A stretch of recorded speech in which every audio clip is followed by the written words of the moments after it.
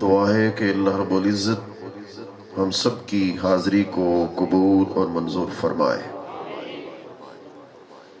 آج کی اس عظیم الشان محفل پاک کی صدارت شیخ المشائخ زبدۃ الصلحاء عمدۃ الاتقیاء کامل ابن کامل شہزادہ حضور حضرت پیر پٹھان عکس جمال حضرت شاہ سلیمان سیدی و سندی و مولائی شیخ طریقت حضرت قبلہ خواجہ غلام علبش خان توسوی صاحب زید شرفہ جلوگر ہیں۔ دعا ہے کہ اللہ رب العزت آپ کا سایہ عاطفت رحمت ہم سب کے سروں پہ دادیر سلامت فرمائے اور آپ کو سکھی صحت کے ساتھ عمر دراز نصیب فرمائے۔ میں آج دل کی گہرائیوں سے محترم طارق حسین صاحب کو مبارکباد پیش کرنا چاہتا ہوں۔ شیخ کی آمد پر جس طریقے سے انہوں نے اپنے شیخ کریم کا استقبال کیا اور جو والہانہ کیفیات کا ان پہ ورود تھا، وہ ایک ایک لمحے کو میں دیکھتا رہا اور دل ہی دل میں کہتا رہا، ایسے ہی لوگ جب شیخ کے ساتھ وابستہ ہوتے ہیں تو وہ دونوں جہانوں میں کامیاب ہو جاتے ہیں۔ دو سوال میں خود کروں گا، جواب بھی خود دوں گا، باقی باتیں محترم طارق صاحب کے حکم کی تعمیل میں کروں گا۔ آج کل سوشل میڈیا میں ایک سوال گردش کر رہا ہے کہ یہ میلاد پاک کی محفل، اس کے جواز، اس کی مشروعیت کہاں سے ثابت ہے؟ نہ صحابہ نے میلاد کیا، نہ اہل بیت اطہار نے میلاد کیا، نہ خود رسول اللہ صلی اللہ علیہ وسلم نے اپنے میلاد پاک کا جشن منایا۔ تو اہل سنت بریلوی مکتب فکر کے لوگ کس جواز کے ساتھ یہ محافل میلاد پاک کا انعقاد کرتے ہیں؟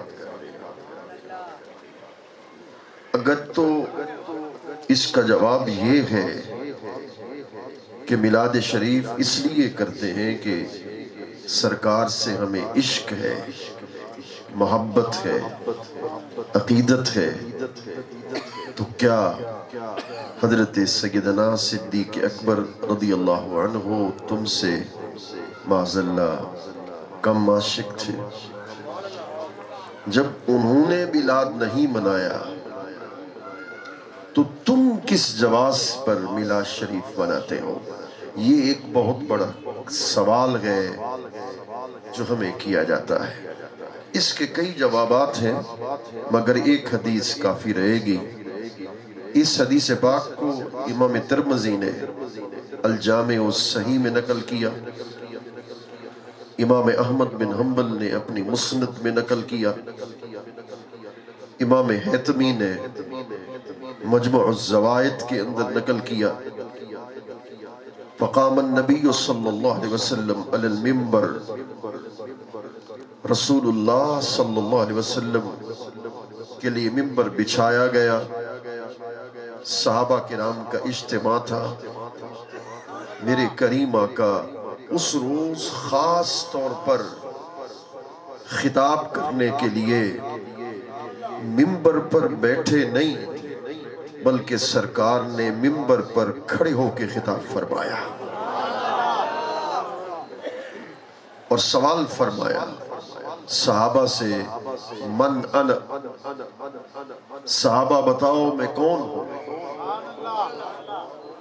صحابہ نے جواب دیا، انت رسول اللہ وعلیک السلام آپ اللہ کے رسول ہیں، آپ پر سلام ہو۔ تو سوال حضور کی طرف سے ہوا، جواب صحابہ کی طرف سے دیا گیا، تو حضور اپنے بیان کو یہیں ختم کر دیتے، مگر بیان کو جاری رکھا۔ فرما انا محمد صلی اللہ علیہ وسلم بن عبد اللہ بن عبد المطلب ان اللہ خلق الخلق فجعلنی فی خیرہم فرقة ثم جعلہم فرقتین فجعلني في خيرهم فرقة ثم جعلهم قبائل فجعلني في خيرهم قبيلة ثم جعلهم بيوتا فجعلني في خيرهم بيتا ونسبا۔ اب ترجمہ میں کر رہا ہوں، دل سے سبحان اللہ آپ نے کہنا ہے۔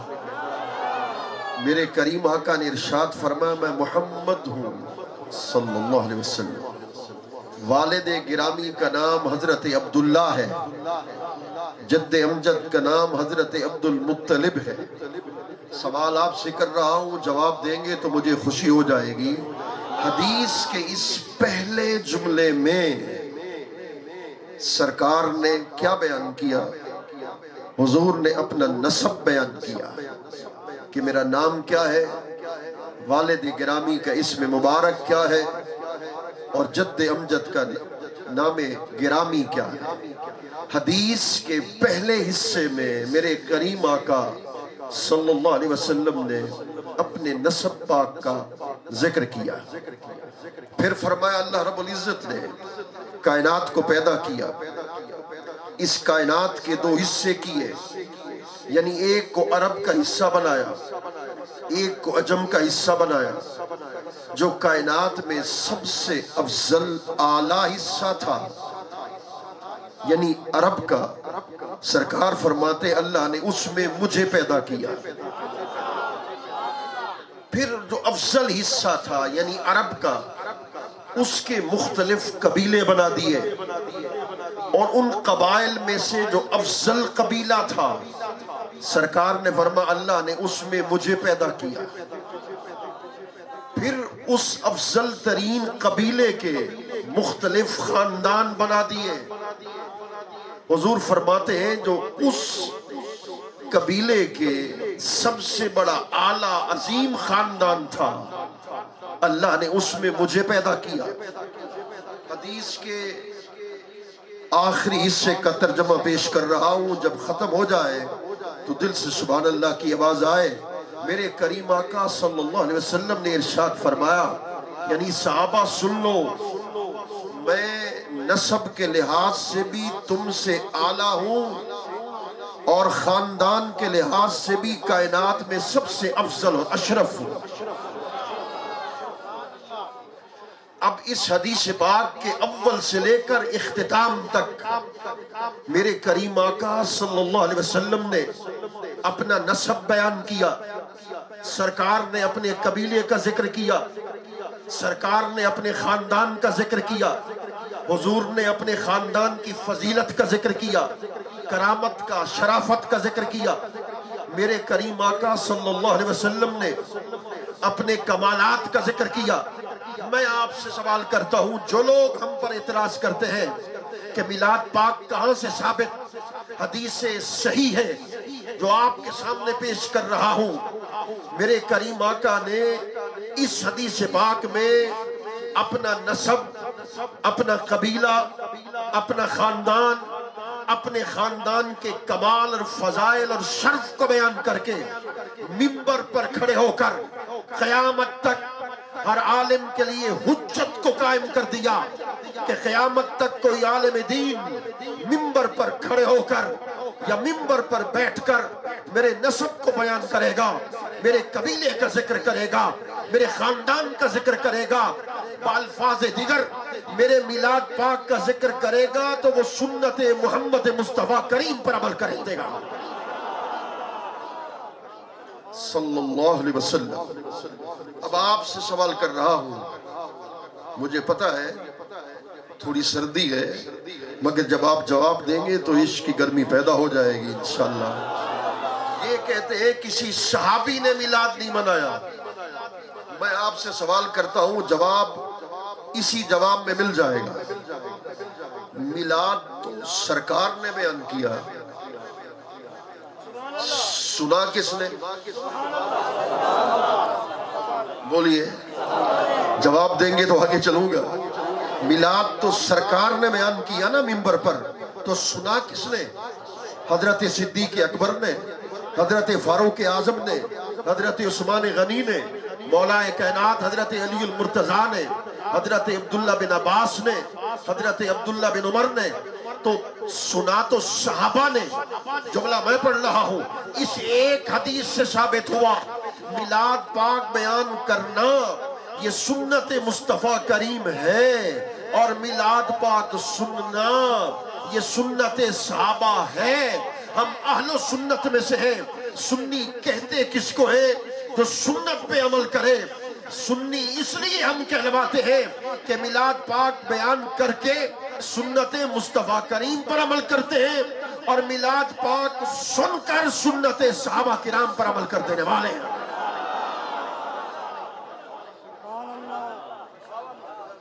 کراچی کے ایک مفتی نے پچھلے دنوں سوال پیدا کیا، جس کا جواب دینا مسلکی فریضہ سمجھتا ہوں، اور وہ بھی حضور کے قدموں میں بیٹھ کر۔ میں بلا مبالغہ حضور کے ساتھ عقیدت رکھتا ہوں۔ آپ لوگوں کو مجھ سے زیادہ علم ہوگا، مگر میں جتنا علم رکھتا ہوں میں دل کی آنکھ سے دیکھتا ہوں۔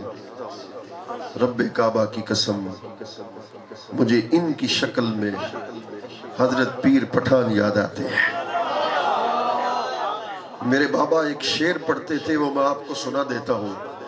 جب حضور کو دیکھتا ہوں تو یوں یاد آتا ہے کہ تمہیں دھوکہ لگا ہے، میں نہیں ہوں۔ تمہیں دھوکہ لگا ہے، میں نہیں ہوں۔ یہ کسی کا شعبدہ ہے، میں نہیں ہوں۔ اس کو حضرت میرے پیران پیر زہد الانبیاء شیخ و شیوخ العالم حضرت بابا فرید الدین گنج شکر غریب نواز قدس السر العزیز نے بیان کیا، منیم واللہ یارا منیم، میں نہیں ہوں۔ یہ کسی کا شعبدہ ہے، میں نہیں ہوں۔ یہ دل کسی کا سوختہ ہے، میں نہیں ہوں۔ اللہ اکبر۔ حضور کا حسن، مریدوں سے محبت، ہر بندے سے اخلاق، حضرت خواجہ خواجگاہ ہند الولی عطائے رسول حضور خواجہ غریب نواز قدس السر العزیز نے بیان کیا، اور یہ قول منسوب بھی ہے حضرت خواجہ محمد عثمان ہرونی رحمت اللہ تعالیٰ علیہ کی طرف۔ دونوں ہستیوں کی طرف یہ قول منسوب ہے۔ آپ فرماتے ہیں جس میں تین چیزیں ہوں اسے کامل سمجھو، جس میں تین چیزیں ہوں اسے کامل سمجھو۔ تین چیزیں کون سی؟ فرمایا دریا جیسی سخاوت ہو۔ دریا سخی کیسے ہے کہ دریا سے نہریں نکلتی ہیں، نہروں سے کھالے نکلتے ہیں، اور جب دریا کا پانی نہروں اور کھالوں کے ذریعے سے نکلتا ہے تو وہ امیر کی فصل کو بھی سیراب کرتا ہے، غریب کی فصل کو بھی سیراب کر دیتا ہے۔ وہ غریب اور امیر کے فرق کو قائم نہیں کیا کرتے۔ شیخ بھی ایسا ہوتا ہے، یاد رکھ لینا۔ شیخ کامل بھی ایسا ہوتا ہے جو مراد دل میں لے کر مرید آتا ہے۔ میری بات پہ غور کرنا، شیخ کامل کی نشانی یہ ہے جو مراد دل میں رکھ کے مرید آتا ہے۔ مرید کو اسے سوال زبان پر لانے کی ضرورت نہیں ہوتی۔ شیخ اپنی نگاہ باطن سے اس کے دل میں سوال کو بھی پڑھ لیتا ہے، اس کی تمنا کو بھی پورا کر دیتا ہے۔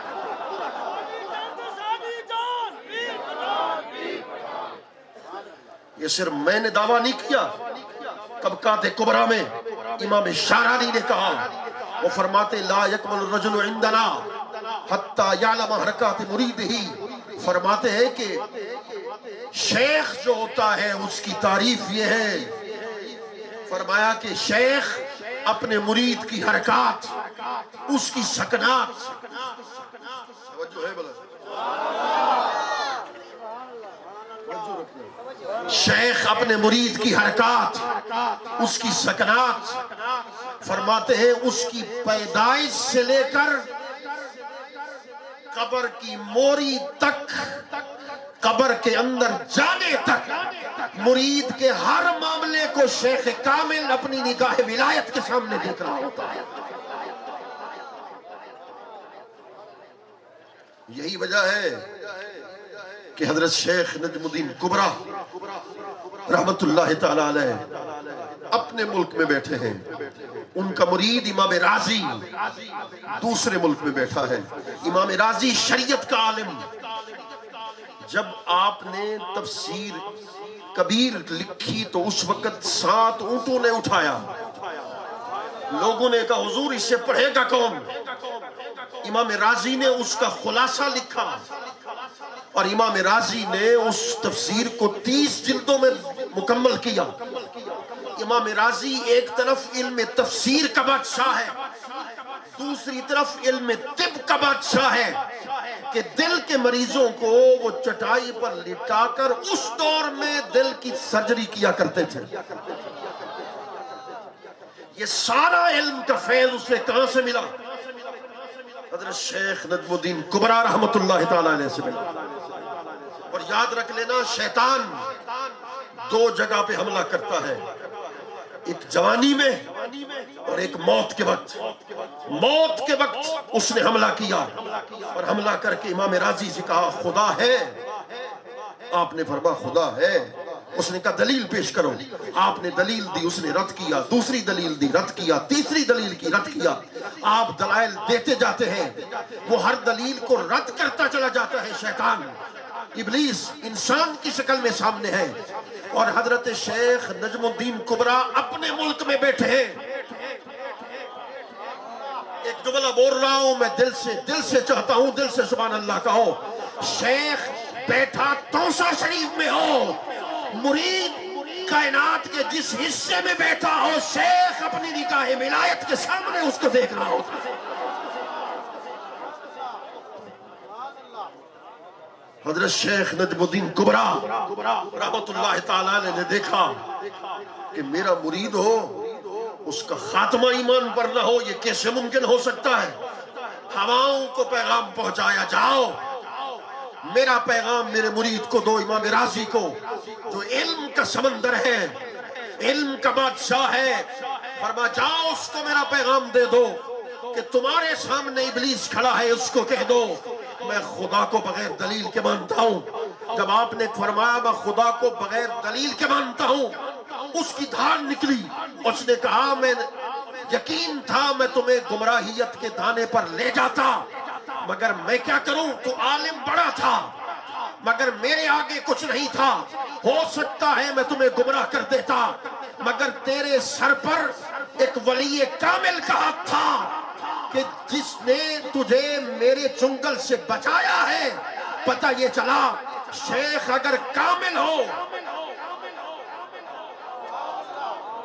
جملے پر غور کرنا، جملے پر غور کرنا، جملے کو ضائع مت کرنا، شیخ اگر کامل ہو تو دنیا کا ضامن بھی شیخ ہوتا ہے، قبر کا ضامن بھی شیخ ہوتا ہے، حشر کا ضامن بھی شیخ کامل ہوتا ہے۔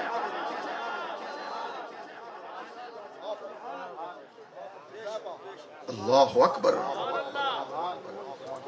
اس میں کوئی شک نہیں۔ اس لیے حضور غوث پاک الفرد الکامل القطب الربانی سیدنا شیخ حضرت عبدالقادر جیلانی قدس سر العزیز، آپ نے فرمایا جو میرا مرید ہے، جس نے اپنا ہاتھ میرے ہاتھ میں رکھا ہے، ہم چشتی ہیں مگر غوث پاک کو مانتے ہیں، تسلیم کرتے ہیں، وہ امام الاولیاء ہے، اس میں کوئی شک نہیں۔ آپ نے فرمایا جو میرا مرید ہے، یعنی جس کا ہاتھ میرے ہاتھ میں آ گیا، فرمایا اس کی 7 نسلوں کی ضمانت میں دیتا، اس کے 7 نسلوں کی ضمانت میں دیتا ہوں۔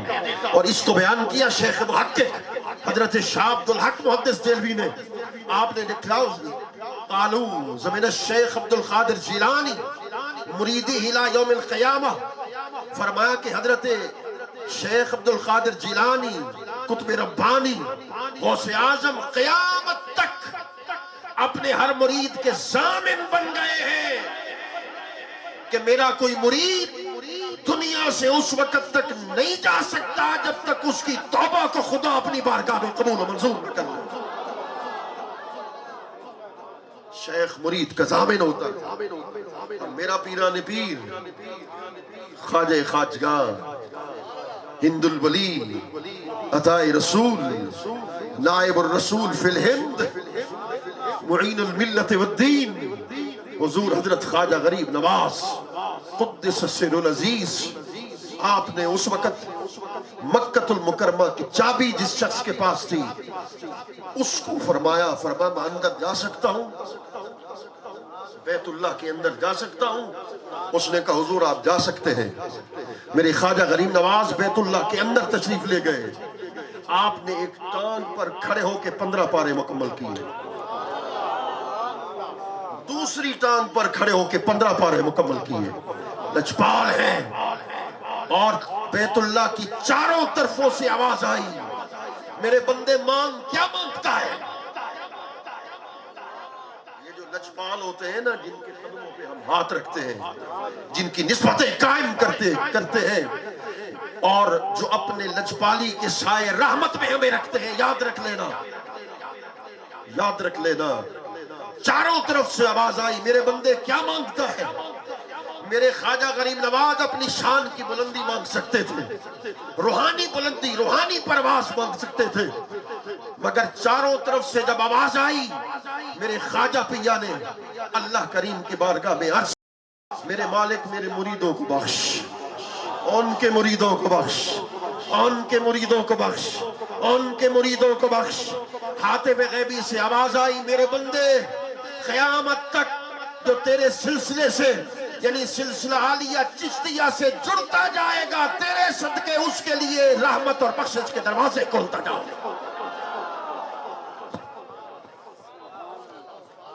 ساڑی جند ساڑی جان اور جس کی نسبت قبلہ عالم اے قطب زمانہ غوث زمن، اے خواجہ خلق مہار وطن، اے نور محمد مرشد من، اے قبلہ معتقدین مدد رنگیس چشتیاں دے گھر گھر۔ میرا پیر فرماتے ہیں، میرا پیر فرید رنگیس چشتیاں دے گھر گھر کو کھرل دی گال کیا پچھتی۔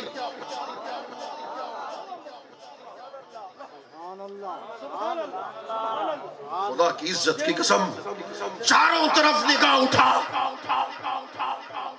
غفلت کی نیند کو چھوڑ اور دل کی آنکھ سے دیکھ، تمہیں کہیں تاجدار توسہ شریف اپنے کمال پر نظر آئیں گے، کہیں تاجدار ملتان شریف تمہیں اپنے کمال پر نظر آئیں گے، کہیں قاضی الحاجات حضرت خواجہ عاقل محمد قریجہ رحمت اللہ تعالیٰ علیہ اپنے کمال پر نظر آئیں گے، کہیں حضرت شاہ نارو والا سرکار تمہیں اپنے کمال پر نظر آئیں گے۔ اس پوری دھرتی پر اگر ایک ایک ذرے پر اگر حکومت دیکھو، میں علی وجہ البصیرت نہیں علی وجہ تحقیق بات کر رہا ہوں، حضور کی موجودگی میں اس پوری خطے میں اگر حکومت ہے رب کعبہ کی قسم تو میرے قبلہ عالم کی حکومت ہے۔ رنگس چشتیان دے گھر گھر کو کھرل دی گال کیا پچھتی۔ اللہ اکبر۔ میں اکثر کہا کرتا ہوں کہ ان کی نگاہ، ان کا مقام اور ان کا مرتبہ، میں انشاءاللہ اس پر آخر میں آتا ہوں، جو انہوں نے حکم دیا وہ اس سے ہی متعلق ہے۔ سوال اس نے کیا کہ قرآن مجید نازل ہوتا رہا، رسول اللہ صلی اللہ علیہ وسلم صحابہ کو قرآن مجید لکھواتے رہے؟ معاذ اللہ۔ اس نے کہا صحابہ قرآن مجید میں غلطی کر جاتے تھے۔ معاذ اللہ۔ اس نے کہا چونکہ رسول اللہ امی تھے، ان پڑھ تھے، اس لیے ان غلطی کی تصحیح نہ فرما سکے، اور آج تک وہ غلطی موجود ہے جس کی اس نے مثال پیش کی۔ اب اس نے چونکہ رسول اللہ پر بات کر دی کہ حضور امی ہے، ان پڑھ ہے، معاذ اللہ۔ اب اس کا جواب دینا میرا مسلکی اور مذہبی فریضہ بنتا ہے۔ میں اس کے کئی جوابات ہیں، صرف 2 جواب دے دوں گا، آپ نے بڑی توجہ کے ساتھ سماعت کرنا ہے۔ سب سے پہلا جواب یہ ہے کہ قرآن مجید سب سے پہلے لکھا کہاں گیا تھا؟ کہاں موجود تھا سب سے پہلے؟ قرآن سے پوچھتے ہیں، تو بتا، تو زمین پر اترنے سے پہلے کہاں تھا؟ قرآن جواب دیتا ہے، بل ہوا قرآن مجید فی لوح محفوظ۔ قرآن مجید سب سے پہلے لوح محفوظ میں تھا، نمبر 1۔ نمبر 2، انا نحن نزلنا الذکر وانا لہ لحافظون۔ اللہ رب العزت نے ارشاد فرما، ہم نے قرآن کو نازل کیا، ہم ہی اس کی حفاظت کرنے والے ہیں۔ میں سوال آپ سے کرتا ہوں، جواب دو گے تو مجھے خوشی ہو جائے گی۔ بندہ کسی بندے کی حفاظت کرے،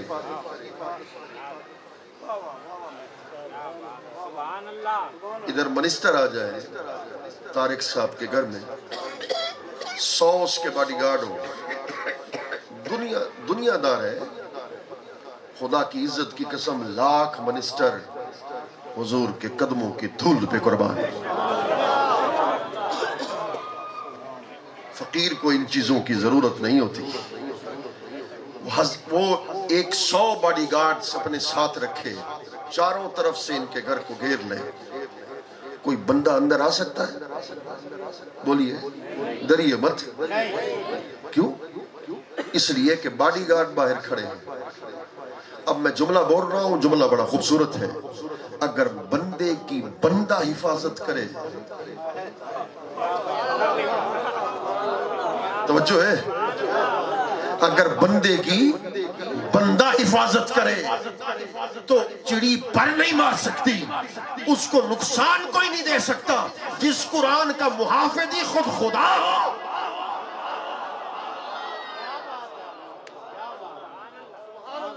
جس قرآن کا محافظ بھی خود خدا ہو، جس کی حفاظت کا ذمہ اللہ کے ذمہ کرم میں ہو، تو کہتا ہے اس میں غلطی ہے، جملہ میں بول رہا ہوں، ہاتھ کھڑے کر کے سبحان اللہ کہنا ہے۔ اس لیے تمہارے یہ ہاتھ گواہی دیں گے قیامت کے دن کہ ہم قرآن کو کیسے ماننے والے ہیں۔ اہل سنت کا، مسلمان کا عقیدہ یہ ہے، جیسے قرآن لوح محفوظ کے اندر محفوظ تھا، ایسے قرآن جب نیچے اترا تب بھی محفوظ تھا۔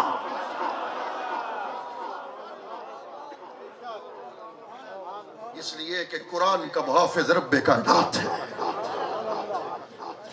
تیسرا جواب، پورے قرآن مجید کو پڑھ لو، اللہ رب العزت نے کہیں بھی لفظ امی اکیلا حضور کے لیے ارشاد نہیں فرمایا۔ میں چیلنج کر رہا ہوں، ڈی جی خان والو، میں چیلنج کر کے جا رہا ہوں، پورے قرآن کو پڑھ لو، لفظ امی اکیلا حضور کے لیے قرآن میں کہیں نہیں بیان کیا۔ فَآمِنُوا بِاللَّهِ وَرَسُولِهِ النَّبِيِّ الْأُمِّي، امی سے پہلے نبی فرمایا، الَّذِينَ يَتَّبِعُونَ الرَّسُولَ النَّبِيَّ الْأُمِّي، یہاں بھی امی سے پہلے لفظ نبی ارشاد فرمایا۔ نبی کہتے کس کو ہے؟ جو غیب کی خبریں دینے والا ہو، جہاں ذرائع علم ختم ہو جاتے ہیں، وہاں اللہ کا نبی ان حقیقتوں کی خبر دے رہا ہوتا ہے۔ ایک صرف آیت پیش کروں گا، وَعَلَّمَكَ مَا لَمْ تَكُنْ تَعْلَمْ وَكَانَ فَضْلُ اللَّهِ عَلَيْكَ عَظِيمًا۔ فرما اللہ نے محبوب آپ کو وہ کچھ عطا کر دیا جو آپ نہیں جانتے تھے، اللہ کا آپ پر فضل عظیم ہے۔ جس کی توجہ وہ کہیے گا۔ دلائل کی باتیں سمجھانا مشکل، شعر پڑھنا بڑے آسان، مگر عقیدہ مضبوط ہوگا۔ جس کا عقیدہ مضبوط ہے وہی عاشق رسول ہے۔ وَعَلَّمَكَ مَا لَمْ تَكُنْ تَعْلَمْ۔ میں نے کہا مولانا مانا تو کرو۔ مولوی صاحب نے مانا کیا کہ احکام شریعت یعنی شرعی احکام کا علم اللہ نے آپ کو عطا کیا۔ نماز کیسے پڑھی جائے، روزہ کیسے رکھا جائے، حج کیسے کیا جائے، یہ شرعی احکام کا علم اللہ نے آپ کو عطا کیا۔ میں نے کہا مولانا یہ ما لم تکن تعلم میں ما عام ہے یا خاص ہے؟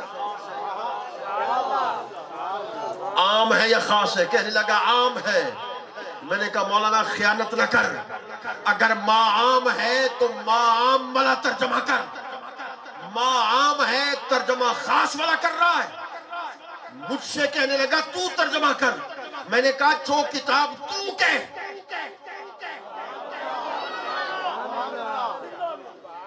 بڑی بات کر دی میں نے کہا جو کتاب تو کہ اس سے اٹھا کر ترجمہ کرتا ہوں۔ کہنے لگا تفسیر جلالین سے ترجمہ کر، اس لیے کہ تفسیر جلالین کو ہم اپنے مدرسوں میں پڑھاتے ہیں۔ تفسیر بیضاوی سے ترجمہ کر، اس لیے کہ علامہ قاضی بیضاوی کی تفسیر بیضاوی کو ہم پڑھاتے ہیں۔ میں نے کہا بسم اللہ، تیرا سوال قرض ہے مجھ پر، کل اٹھا کر دیکھ لینا۔ تفسیر جلالین میں وَعَلَّمَكَ مَا لَمْ تَكُنْ تَعْلَمْ کا معنی لکھا ہے، من الاحکام والغیب۔ معنی میں کر رہا ہوں، سبحان اللہ، تم نے کہنا معنی یہ ہے محبوب میں نے شریعت کا علم بھی عطا کر دیا آپ کو، تحت الثری سے لے کر عرش اعظم تک ساری کائنات کے علم غیب کے خزانوں کا علم بھی آپ کے سینے میں عطا کر دیا۔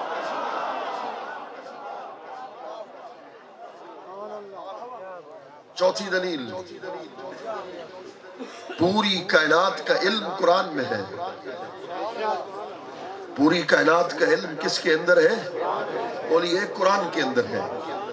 مولانا دعویٰ کی دلیل تو میں نے کہا بسم اللہ، وَلَا رَطْبٍ وَلَا يَابِسٍ إِلَّا فِي كِتَابٍ مُبِينٍ۔ ہر خشکی ہر طری کا علم قرآن کے اندر ہے۔ وَتَفْصِيلَ كُلِّ شَيْءٍ، ہر شے کی تفصیل قرآن کے اندر ہے۔ وَكُلَّ شَيْءٍ فَصَّلْنَاهُ تَفْصِيلًا، ہر شے کی تفصیل قرآن کے اندر ہے۔ قرآن تو بتا، سارا علم تو تیرے اندر، تو کس کے اندر؟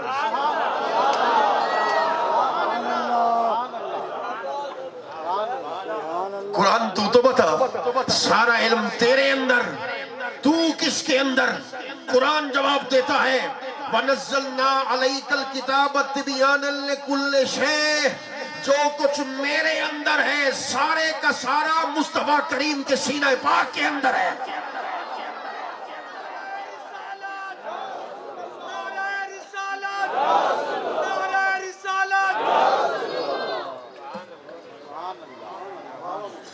جو کچھ میرے اندر ہے وہ سارے کا سارا رسول اللہ صلی اللہ علیہ وسلم کے سینہ اقدس کے اندر ہے۔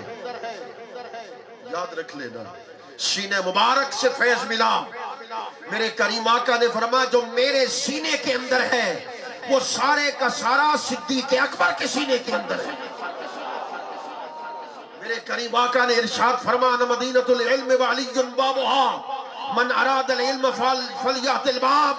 فرمایا میں علم کا شہر ہوں، اس شہر علم کا دروازہ علی المرتضیٰ ہے۔ من اراد العلم فلیات الباب، فرمایا جو علم کو حاصل کرنا چاہے وہ پہلے دروازے پر آئے۔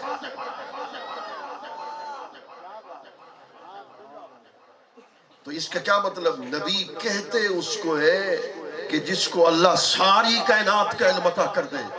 اور ہمارے نبی تو امام الانبیاء، سید الانبیاء، نبی الانبیاء، ان کی شان ان کا کمال یہ ہے وَكَانَ فَضْلُ اللَّهِ عَلَيْكَ عَظِيمًا۔ ہاتھ جوڑ رہا ہوں، میرے ہاتھ جوڑنے کی لاج رکھ لینا۔ میری طرف توجہ کر کے صرف 1 منٹ کے لیے میری طرف توجہ کر لینا. وَكَانَ فَضْلُ اللَّهِ عَلَيْكَ عَظِيمًا. محبوب یہ جو علم میں نے آپ کو عطا کیا